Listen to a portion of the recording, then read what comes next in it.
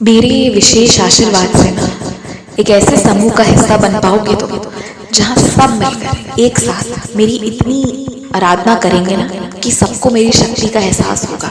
मैं सबके पास उपस्थित होंगी और एहसास करूंगी। उपस्थित तो मैं सबके पास हूँ, मगर एहसास सबके पास नहीं है। वो एहसास मिलेगा तुम्हें। उस समूह में रहना ना तो उसकी बातें बाहर मत करना, कुछ चीजें गुप्त रहनी चाहिए, इसका तुम ध्यान रखना। और ये जो तुम अपने हाथ दिखाते रहते हो, अपनी किस्मत के बारे में पूछताछ करते रहते हो, क्या मेरे चरणों पर विश्वास नहीं है तुम्हें? क्या मुझ पर विश्वास नहीं है तुम्हें? जो कम है वो मिल जाएगा, जो ज्यादा है वो और ज्यादा हो जाएगा। जितनी खुशी है उससे दोगुनी हो जाएगी, जितना गम है सब खत्म हो जाएगा। अपनी माँ के चरणों पर विश्वास रखो।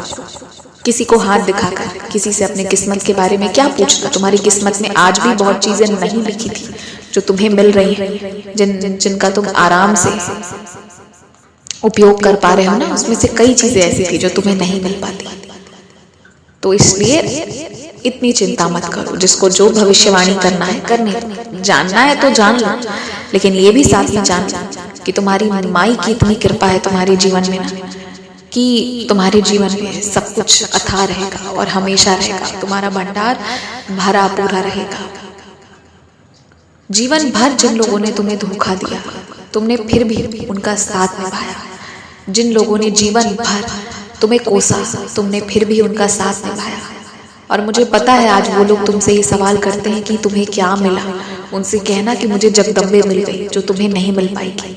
ये सत्य है कि तुम्हारी सेवा को देखकर मुझे तुम पर प्रेम आ गया। और यकीन मानो, जब जब तुम रोए हो ना, मेरे आंखों से आंसू छलके। उन्होंने तुम्हें ही नहीं बल्कि मुझे भी रुलाया है। लेकिन हाँ, कोई पूछे तो जरूर ये कह देना और शान से कहना कि जगदम्बा मिली है। अहंकार की बात नहीं है, पर ये स्वाभिमान की बात है कि तुमने जगदम्बा को पाया है अपनी सेवा से, अपने कर्मों से।